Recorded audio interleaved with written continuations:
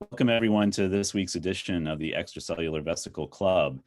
And today I have the pleasure of presenting to you Fang Yan from Vanderbilt University. And Fang is in the Department of Pediatrics there, and she's going to be speaking with us about some ongoing work in her lab that involves anti-inflammatory functions of EVs and probiotics. So Fang, thank you so much for presenting to us today. And I'd like to turn the virtual podium over to you. Okay, so first I want to thank Ken for inviting me to present my research today. And also I want to thank all of you for attending this seminar. I'm Fang Yan from Vanderbilt University Medical Center. So my project is focused on applying a novel mechanism involved in the symbiotic relationship between the gut microbiome and the human host to modulate probiotic efficacy for therapeutic intervention. So therefore, first I want to briefly introduce the symbiotic relationship between the gut microbiome and the host. So the next slide. The human gastrointestinal tract harbors a broad range of microbiome with high interpersonal differences. The human gut microbiome is characterized by interpersonal differences. However, they share a functional core. The relationship between the host and the microbiome provide a lot of beneficial effects on the host, such as benefiting nutrient characterization and energy balance. This interaction also modulates the functions of the immune and the nervous system, and also regulates intestinal development and the function, which is the focus of my research. On the other hand, the gut environment provides nutrient-rich and metabolically favorable environment for the microbiome to grow and function. How about the next slide? My research is focused on the microbial-host interaction. So we use Lactobacillus GG, which is a probiotic bacterium, as a probiotic model, and study the interaction of LGG and intestinal epithelial cells, which is the target of the host. So LGG is a gram-positive bacteria. LGG was originally isolated from mice, and there's a lot of studies to identify LGG's function by using in vitro assays, in vivo models, and some human studies. However, the clinical efficacy of probiotics, including LGG, is very controversial. The known effects of LGG on clinical part, including preventing and treating diarrhea, C. difficile, and rotavirus infection, and some beneficial effects on ulcerative colitis and atopic dermatitis. So we study how LGG and the intestinal epithelial cell interact, and how this interaction regulate intestinal homeostasis. Next. So therefore, I just briefly introduce intestinal epithelial homeostasis. This is just the graphic of the intestinal epithelial cells. And also I show the HE staining of the colon on the left and the small intestine on the right. So the intestinal epithelial cell proliferated from stem cells and then differentiate into different functional cell types, such as enterocytes, Golgi cells, and endocrine cells. And on the top of the villi, the apoptosis is a mechanism to renew intestinal epithelium. So intestinal epithelium is usually renewed by 5 to 7 days. The function of intestinal epithelium, including the barrier function and also innate adaptive immunity. Most important part is that Intestinal epithelial cells, IEC cell, IECS, provide the front line responses to the gut microbiota in maintaining intestinal homeostasis. So next. So I want to briefly introduce the beneficial effects of the gut microbiota on the intestinal tract, which include promoting intestinal development and benefit host health by enhancing nutrient uptake and antibody activity, and also modulate intestinal immune responses and maintain intestinal epithelial homeostasis. This is a well-known function of gut microbiota on the host intestinal tract. I just want to emphasize a little bit interaction of I wrote a commensal bacteria and epithelial interaction specifically, such as the commensal bacteria promote epithelial cell proliferation, differentiation, and the immunity, such as IgA production. And the most important function is the increased barrier function. Next. Yes, so studies from our group, we found that probiotic bacterium, Lactobacillus GG, as I mentioned before, and the LGG-derived proteins reduce apoptosis in intestinal epithelial cells. This is data almost 20 years ago, and also the start of my work. We found that LGG can prevent apoptosis in intestinal epithelial cells through two mechanisms. One is inhibition of pro-apoptotic signaling, such as P38.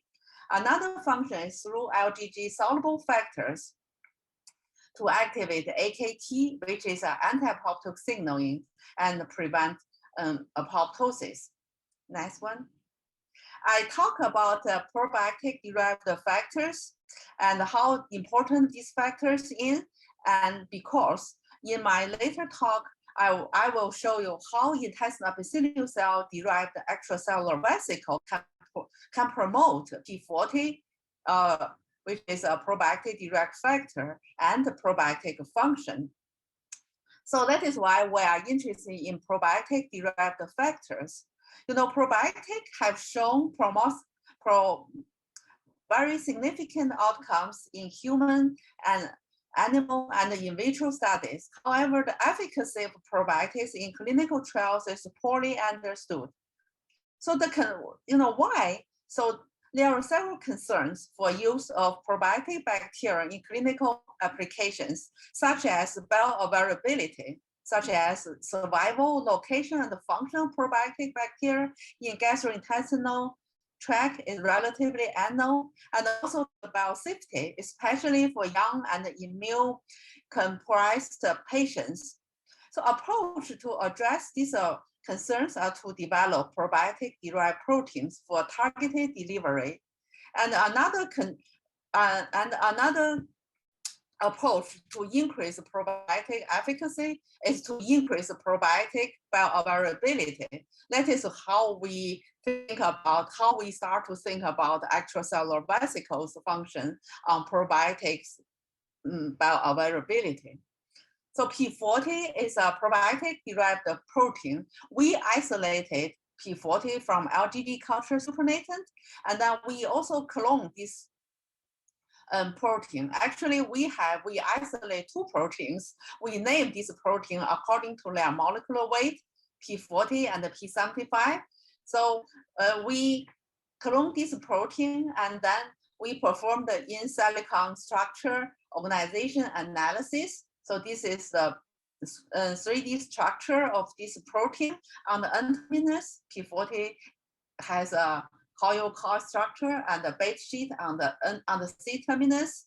So production P40 is strain specific, and also P40 has a endopeptidase activity to hydrolyze bacterial wall. So which is important for proliferation of bacteria. After bacteria proliferated, they need to separate it from each other. So P40 has a way to separate two bacteria. Next slide. So this is, I just summarized the data from my laboratory. So this is the role of P40. I talk about P40, just want to give you an impression how P40 is important for probiotic function. We found that P40 can transactivate a EGF receptor in intestinal epithelial cells. Through this signaling pathway, P40 can prevent colitis, can prevent and treat colitis through promote epithelial cell survival, barrier function, mucin production, and IgA production. So could you go ahead? Yes, and then we also found that the P40 has an effect on promote gut functional maturation, such as early P40 treatment can promote intestinal growth and proliferation, differentiation, tight junction formation. So this slide just shows the beneficial effect of P40 from these studies from our lab. Next slide. Okay, so we have this question: how does the host reinforce the function of the gut microbiota? What I presented before just show how probiotic-derived factors such as P40 to regulate host function. From now, I try to answer the question: how does the host reinforce the function of the gut microbiota?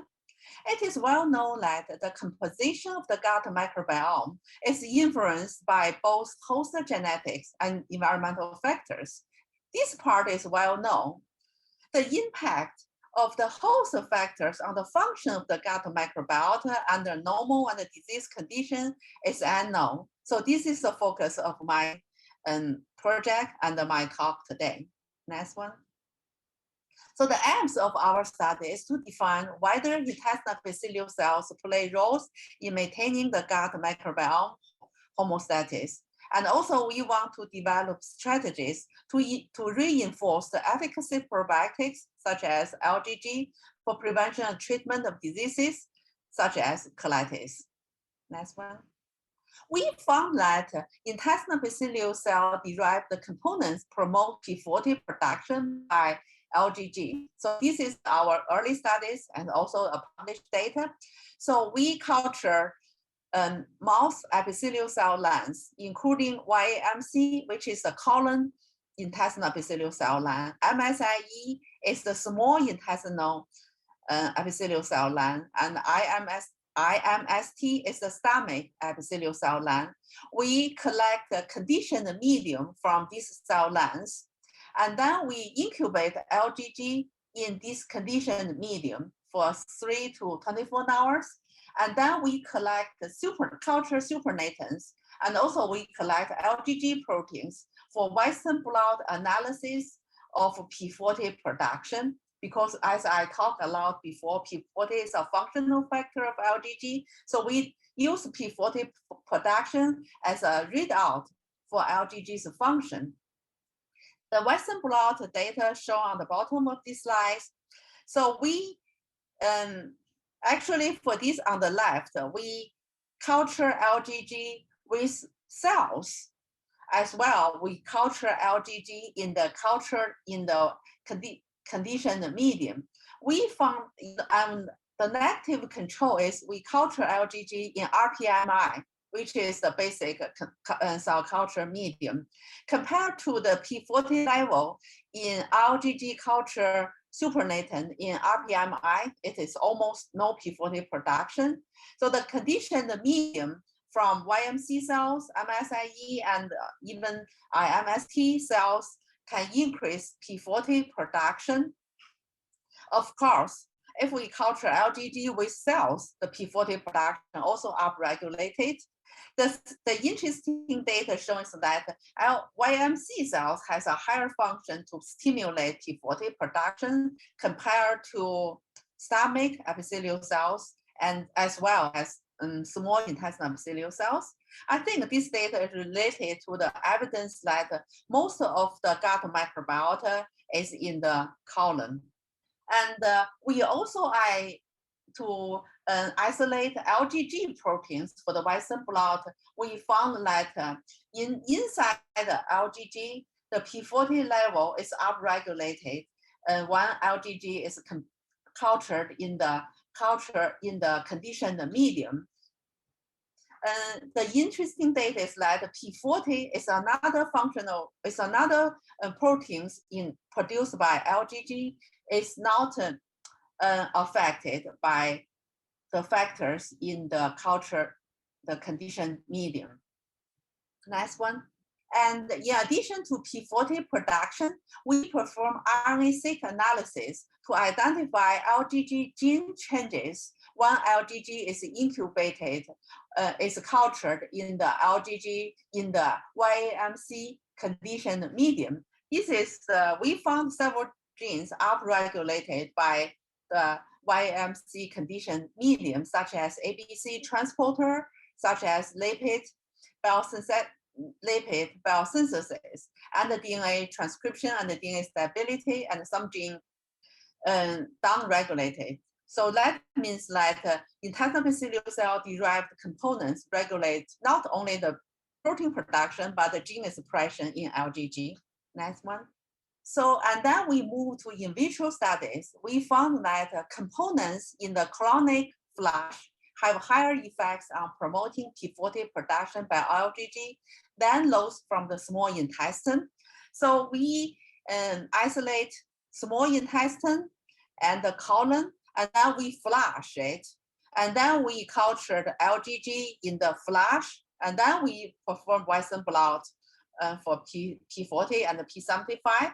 So this Western blot shown that compared to the flush without culture with LGG, we found that the flush from the colon can stimulate P40 production, and also the level P40 production from colon flush is higher than from the small intestinal flush.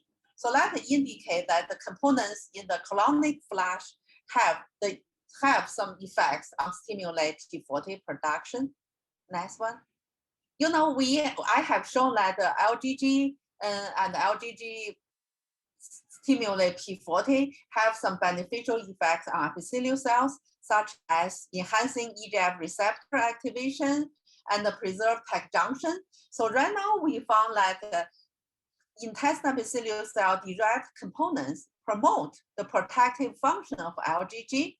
What we do is that we treat YMC cells with non-treated LGG or LGG culture in RPMI as an active control, or LGG cultured in conditioned medium. So we found that the EGF receptor activation is upregulated by the non-treated LGG. However, the level of EGF receptor is more upregulated by LGG pre-treated with conditioned medium. We also found that LGG cultured in the conditioned medium have a higher function for preserved tight junction. We do the 0-1 staining, which is a tight junctional protein. Normally 0-1 localized on the surface. You know, we use the hydrogen peroxide to disrupt 0-1 localization, which indicate disruption of the tight junction. When co-treatment with LGG cultured in RPMI, also LGG co-culture with conditioned medium. Only the conditioned medium can stimulate, can promote LGG's function to preserve the tight junction. You'll see the apical surface of the 0-1 staining. So this, by now, we found that intestinal epithelial cell derived components can promote the function of LGG. So next slide. Okay, next slide. So next, we studied what components in the epithelial cell derived conditioned medium play this function. So we are interested in the extracellular vesicles. I don't think I need to, introduce too much about the extracellular vesicle. This is it has a lipid membrane bound particle. There's a lot of cargo components such as protein, RNA, DNA, and this extracellular vesicle play a very important role in cellular or interorganism activation. And although the biosynthesis of the extracellular vesicle is not very clear, however, there's a lot of studies indicate that the secretion of extracellular vesicle is mediated by ROB27A and ROB27B. And I want to emphasize that intestinal epithelial cell derived extracellular vesicle, such as there's a lot of reports showing that alkaline phosphatase on the surface of extracellular vesicle can detoxify bacterial products. So that have some protective function.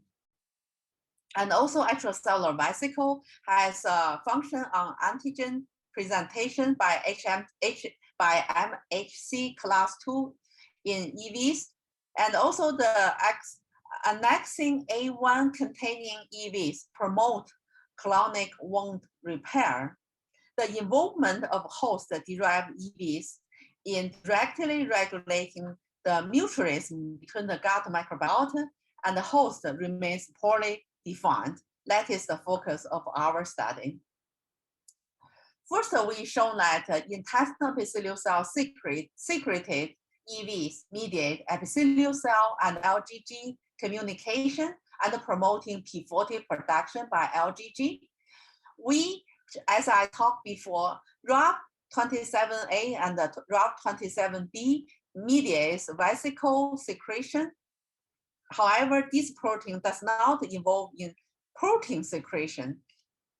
So we knock down ROB27A by using shRNA technology. So this is the Western blot of cellular lysis to show that ROB27A and B are downregulated. And then we collect conditioned medium from either wild type, that means the non-targeting transfected cells, or shRNA 27A targeted cells, and then incubate this conditioned medium with LGG. We found that P40 production is lower compared to the conditioned medium from non-targeting transfected cells. So that indicates that if we knock down ROB27A, the conditioned medium has less effect on stimulate than P40 production by LGG, which suggests that the extracellular vesicle may play a role for promoting P40 production by LGG. And the next, we isolate extracellular vesicle from conditioned medium. This is the procedure. We isolate extracellular vesicle. This in C is the negative staining of vesicle and then imaging by TEM. So we isolate the vesicle from conditioned medium, and then we use the vesicle tracking system to analyze the vesicle as I shown in D. So the vesicle, the average size of the size of the vesicle is from, I think, 20 to 150 nanomole, and also the concentration is shown here. Next, in E is we culture LGG with the YAMC cell-derived extracellular vesicle, and then we collect the supernatant, and then we detect P40 production. So as shown in E, so P40 is upregulated by YAMC-derived conditioned medium, as well as by YAMC-derived extracellular vesicle. So next one. So I want to summarize this data as that intestinal epithelial cell secrete extracellular vesicle, and this extracellular vesicle can work with LGG and promote P40 production. Yes, next slide. Next, I want to study what components in the extracellular vesicle can promote P40 production, and our data shown that protein components in YAMC cell-derived extracellular vesicle mediates EV stimulate P40 production by LGG. How do we get this these results is that we label the proteins in extracellular vesicle with the fluorescent dye, and then we incubate this FITC labeled extracellular vesicles with LGG. So this on the left is just a light microscope of the LGG, and then we the blue represent LGG DNA. This is dipeptide staining of LGG. So this is LGG DNA. Green fluorescent represent proteins from EB because we label the EB with FITC. So we found the EB proteins inside bacteria. The red staining is P40. So you see a lot of P40. So this is the evidence. This evidence shown that extracellular vesicle proteins can enter into bacteria. This is data. What I do for this data is that we heat YAMC-derived conditioned medium to disrupt protein, or we use the enzyme to digest the protein. Either both, both heat and the digestion means we disrupt protein in YAMC conditioned medium. And our data shown that either both heat and digestion of YAMC conditioned medium make this medium lose the function of promotion of P40 production. So this data that the protein cargo in EVs from YAMC cells play a role in promotion of P40 production. Next one.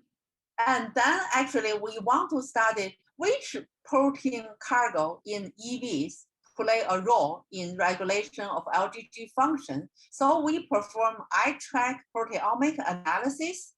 We try to identify which protein from YAMC cells can be uptaken by bacteria. So this is the protein. Actually, what I shown here is the YAMC proteins, which are transferred into LGG when LGG is cultured in YAMC conditioned medium. So we found, actually, this is we also actually do the proteomic analysis to identify the protein cargoes in EVs from YAMC cells. The protein cargo is exactly the same as what we found, the protein inside the LGG. Next one. Yes, we are focused on chaperone, especially HSP90 alpha and beta, because this protein has a very high, the protein of chaperone in epithelial cells, in mammalian cells, is very similar to that in bacterial cells, which indicate that this protein has the potential to work in both mammalian cells and in bacteria. Next one. So this data shown that heat shock protein in intestinal epithelial cell secreted EVs mediates upregulation of P40 production. So we culture LGG and the EVs from YAMC cells plus GDM. GDM is a heat shock protein 90 inhibitor.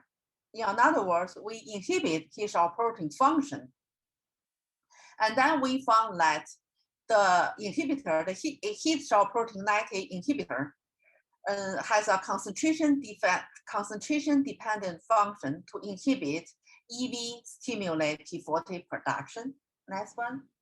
Because the function of heat shock protein is interaction with the targets, so we performed this co-precipitation assay to identify whether heat shock protein 90 from the host can bind P40.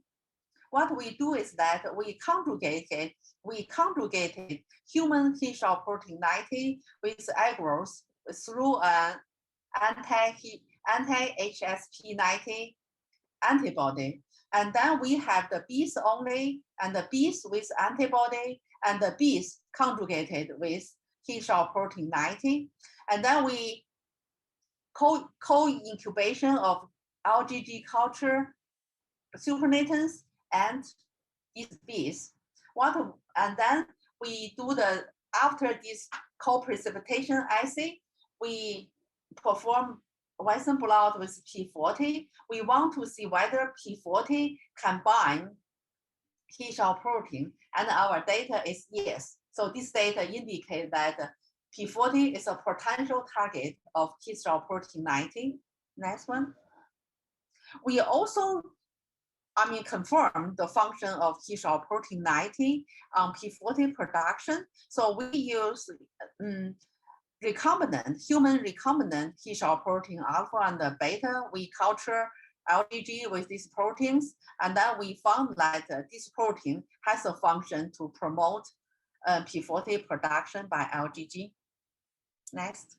So I summarize my data here that intestinal epithelial cell secrete extracellular vesicle, and this one protein cargo inside EVs, which is T-cell protein 90. This protein can go inside bacteria and then upregulate P40 production. Next one. So that is our first part, data from our first part.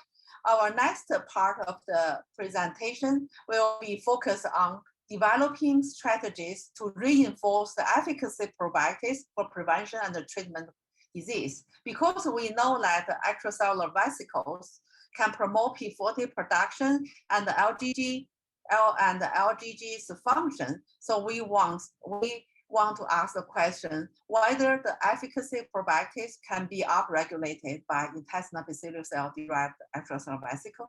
Next one. You know, I'm interested in studying the inflammatory bowel disease. So I just briefly talk about IBD, inflammatory bowel disease, which can cause ulcerative colitis and the Crohn's disease.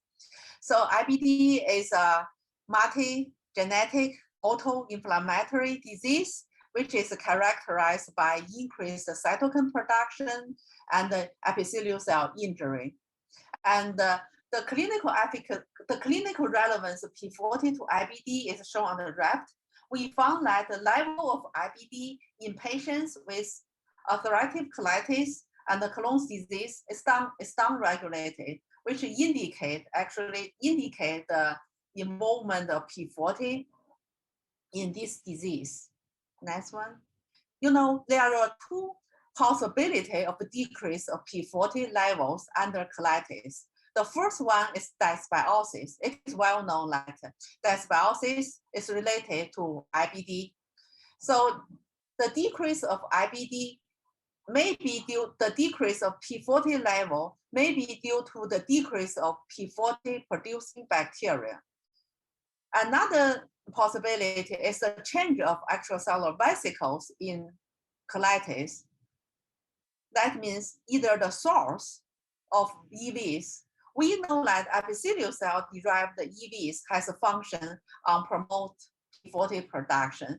Maybe under inflammatory condition, the source of EV is not from, the major source of EVs is not from epithelial cells, maybe from the inflammatory cells.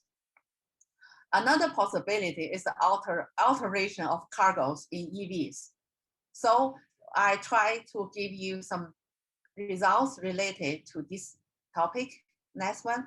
First, we found EVs from the chronic contents of mice under normal condition, but not with colitis, promote P40 production by LGG. So this data indicate that the EVs are changed under colitis level. So we use DSS. DSS is a chemical to induce intestinal injury and colitis. So this is a very commonly used model of colitis. I show the inflammatory score. So we treat the mice with DSS for 7 days, and then we collect the colon tissue, and then this inflammation and the injury score to indicate the DSS stimulate colitis. And then we isolated EVs from the colonic flush. And then we analyze this EV by using the isosome tracking system. We really found some differences, EVs isolated from normal mice compared to that from DSS-induced colitis mice. First, the mean size of the EVs is larger in DSS model compared to normal. However, the density or the total number is decreased. The most important data is in D. We culture LGG with EVs isolated from water, means normal mice, or DSS mice. So the EV from DSS treated mice has less effect on promotion of P40 production. So that indicates the function of EVs in the gastrointestinal tract lose the function to upregulate the beneficial effects of the microbiota. Next one. This data shown that the P40 production is decreased by fecal bacteria from mice with colitis. I mean, this is another possibility why P40 level is downregulated under colitis. So this is the same experiment. We treat the mice with DSS for 7 days to induce colitis. And then, we collect the feces, and then we detect the P40 level in feces. We found that the P40 level is downregulated after colitis was induced, and then P40 level goes back during the recovery phase. Next, we collect bacteria from normal mice, just treat with water, or DSS and induced colitis mice. And then we culture this bacteria with conditioned medium from YAMC cells. We found that, as we showed before, that the conditioned medium can stimulate bacteria production of P40.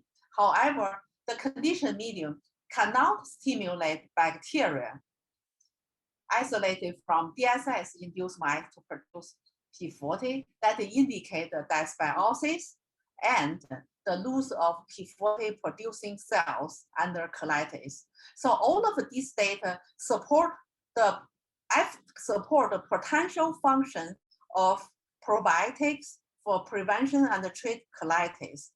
Next one. So we test whether we can increase LGG's clinical efficacy for prevention of colitis. So this data shown that YAMC conditioned medium treatment enhance the effect of LGG on decreasing TNBS-induced colitis in mice. TNBS-induced colitis is another model which is driven by Th1 immune responses. So this is the treatment plan shown in A. We gave the mice with either RPMI treated LGG or YAMC conditioned medium treated LGG. This is a treatment plan. At day 6, we gave mice with TNBS and the sacrifice after 4 days. So in B is the HE staining to show histological changes in DSS, such as inflammatory cytokine infiltration and ulceration. This is in C, is the inflammation score. So DSS treatment, TNBS increased inflammation score, which is not affected by LGG treated with RPMI, with our negative control. This is consistent with previous data. Actually, probiotic has very limited effects on colitis. However, if we pre-treat LGG with conditioned medium, the inflammation score is downregulated, which indicates that conditioned medium increase the efficacy of LGG. Colitis is characterized by pro-inflammatory cytokine production. So we detect gamma interferon and the TNF level, which are 2 markers for the TNBS-induced colitis. So the conditioned medium treated LGG significantly decrease gamma interferon and the TNF production as compared to just TNBS treatment or or RPMI treated LGG. So overall, this data indicate that LGG's clinical efficacy is upregulated by treatment with YAMC conditioned medium. Next one. So this slide further confirm our data. This is the data from DSS treatment, DSS-induced colitis model. So I already talked about DSS as an injury and the colitis model. So the treatment plan is shown in A. We pre-treated mice, our DSS treatment, and then we detected the body weight. You know, DSS-induced body weight loss. So the YAMC cell pre-treated with conditioned medium can prevent the body weight loss by DSS treatment. And also in C is the HE staining. DSS also induce inflammatory cell infiltration, severe ulceration, as I show in the in this HE stain slide images. And then the injury score again is downregulated by DSS by LGG co-treatment with conditioned medium. We also detect the cytokine level such as TNBS, such as TNF, and the KC is another marker for DSS-induced colitis. So all of these inflammatory cytokines upregulated in DSS group, however, which are downregulated by LGG co-treatment with conditioned medium. Next one. So our data, the results are presented today and indicate that I just want to give you a summary of this one. So we provide a proof of concept model advancing the mechanism underlying the nature of the symbiosis between the gut microbiome and the host. So we study how the microbiome regulate the host responses, such as epithelial cell protective effects. We also study how the host, such as epithelial cell derived extracellular vesicle, can reinforce the function of the gut microbiota. So this is a mutual interaction. So such knowledge should lay a foundation for developing strategies to enhance probiotic efficacy in maintaining intestinal health and preventing and treating intestinal inflammatory diseases. So I just want to thank, people in my laboratory and my collaborators at the Vanderbilt University Medical Centers and Children's Hospital, Los Angeles. And also I want to thank the funding from NIDDK and the Crohn's and Colitis Foundation and the Vanderbilt Digestive Disease Research Center. Okay, the last one. Okay, thank you for hearing my seminar. I'm very glad to take questions. Well, thank you very much, Fang, for sharing your work with us. We really appreciate it. And I see that we have some questions that are coming into the chat box. But I wanted to start with a few questions since this is the EV Journal Club. And I wanted to just get some clarity on some of the methods that you were using for your EVs. So could you remind us, what was the method that you used to separate your YAMC EVs? I just use the ultracentrifugation. We do low speed centrifugation, and then 500 G, and then we use the syringe to filter it, 0.22 micron to syringe it, and then we do the ultracentrifugation for 8 hours, and the speed is around 100,000, I think, for 8 hours. Actually, I have some data just centrifuge for 3 hours. It was a combination then of differential ultracentrifugation filtration. And I noticed that in some of your assays, you were using conditioned medium versus EVs. Right. So because I just started this project in this couple of years. So that is my previously data. So right now we move to We right now actually our studies concentrate on EVs, and also we use exchange right now because we are interested in the function of EVs. I'm afraid the ultracentrifugation will disrupt EVs, so I try to use the colon exchange methods to protect the function of EVs because I want to intact EVs to test their function. Good. Yeah, that's great. In fact, that leads me into my next question, which is whether you have looked at or plan to look at some of the other fractions that you might collect, either from chromatography or even looking at the supernatant of the EVs that you have spun down.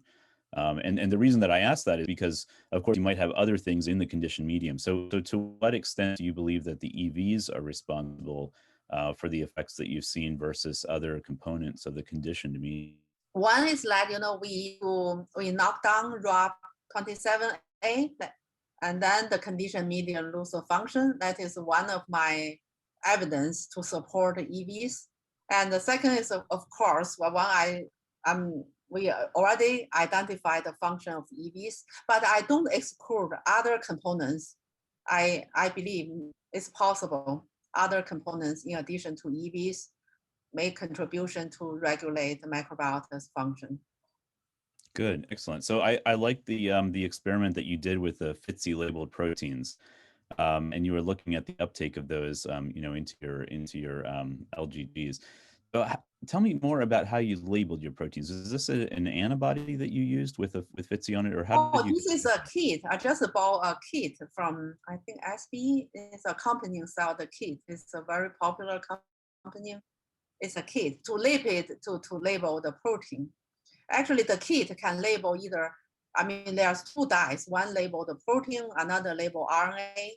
Because I'm interested in label protein, so I can give you the information for how the protein is labeled. Interesting. So those were proteins that are on the surface, or was there some sort of label both label inside or surface? Okay, got it. Okay, very good. Okay, well let me go to the chat box now, because I know we have several people with questions. And so everyone, as I call your name, please go ahead and unmute yourself.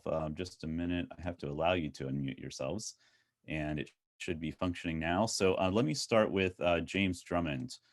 Go ahead with your question, James. Now I'm in. There it is. Welcome. Okay. Yeah, I was just curious how, in your experiments in general, how you were standardizing. You have different treatments. How are you standardizing different productions, I guess I should say, of EVs? How are you standardizing your dose of EVs that you used? Okay, so for the conditioned medium, we standardize by counting the cell number. We normalize with the cell culture. We got a conditioned medium from epithelial cells, such as YAMC cells. We count the cell number. So that is why we normalize the conditioned medium. And then for EVs, we count the EV number. We count how many EVs we have, and then we add the same amount of number of EVs. For the flush, we also got some flush from the colon and small intestine. That is, we use the same length of colon, such as we use 10 centimeter of colon and 10 centimeter of small intestine. And then we use first we wash, we just generally wash the tissue. We use 5 ml, such as either 1 ml or 5 ml. We use exactly volume of PBS to wash. So that is how we normalize the flush. Again, the EV from the. Did you look at any markers on their surface between the two treatments? No, we didn't. We just actually test the heat cell protein 90. Okay. Yeah, we just test that. All right, thank you. Yeah, interesting question, James. Thank you. And so maybe that's also something that you might consider. Sure. To look at whether there are also qualitative differences for those conditions. So good suggestion. Yes, actually, we have the plan. We will use a flow cytometry. I think That's one method. We use the flow cytometry to test the protein, the marker expression. Very good, very good. Okay, let's go next to Wenke Feng, who has, I believe, 2 questions you have. So go ahead and ask your questions, please. Hi, Fang. Nice, really great talk. So I have 2 questions. Now you show that fish oil protein 90 promote P40 production by LGG. So the question is that RBD patients, they have a lower HSP90 in the intestinal tissue. This first question. Have you measured that? Have you know that? Some people, did that because possible HSP90 decrease is a characteristics of the IBD that cause LGG not functional in the treatment. For me, I haven't tested fish oil protein 90 in the patients. In IBD patients, and there are some. What I remember, I'm not quite sure. I cannot remember. What the other papers talking about fish oil protein 90 in under IBD condition, but what our data just shown that the extracellular vesicle from colitis condition has less effect. I think I have some preliminary data to show that fish oil protein 90 in EVs is downregulated. Just our preliminary data is we never publish it.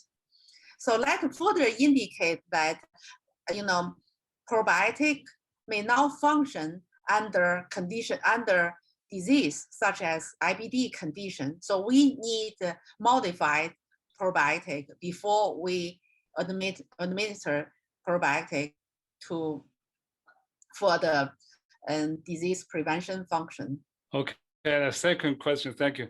Second question that you said epithelial cell EV conditioned LGG or cultured LGG produce more P40.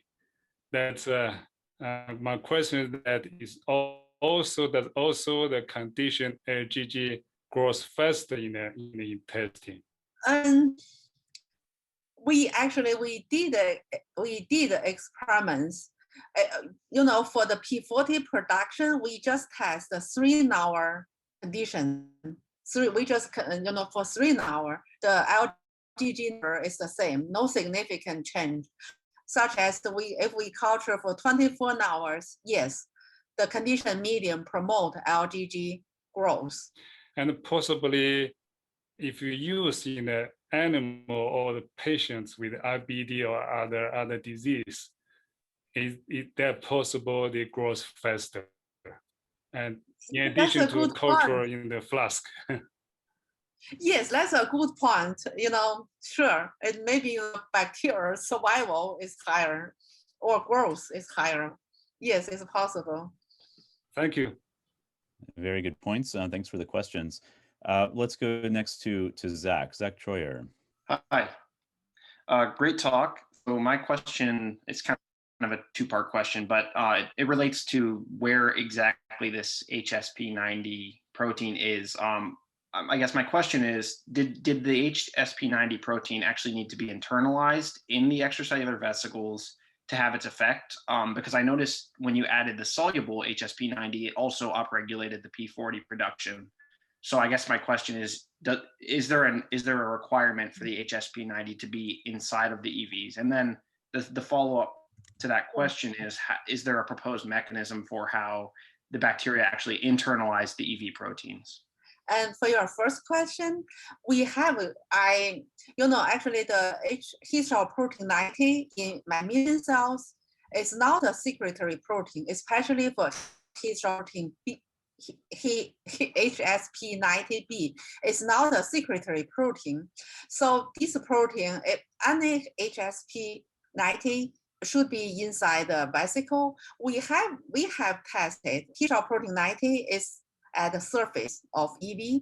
What we do is that we put the EV on a natural cellular membrane, and then we digest, and then we do kind of immunoblot, without, however, if we do not treat the membrane on natural cellular with digestion, antibody can only identify surface protein.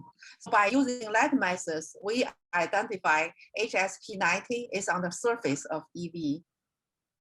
Regarding your second question, what's the mechanism of histone protein regulate P40 production and the function?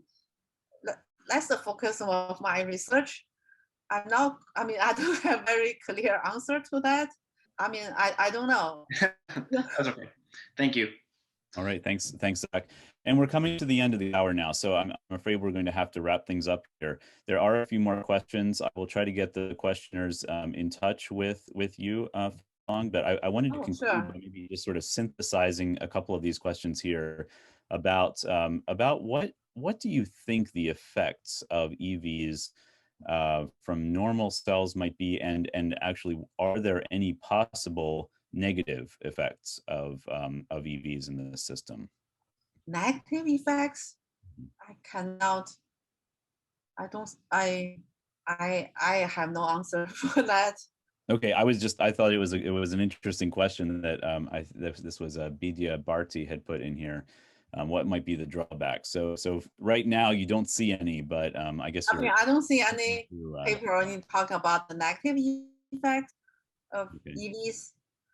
Good. All right. Well, we will leave it at that for today. So thank you again, Fang, for joining us. And I'm glad to have the chance to talk today. Of course, yes, and we wish you all the best as you continue this exciting research, and we look forward to seeing more coming out of your lab. So thank you again, and thanks everybody for joining today. Thank you, and bye now.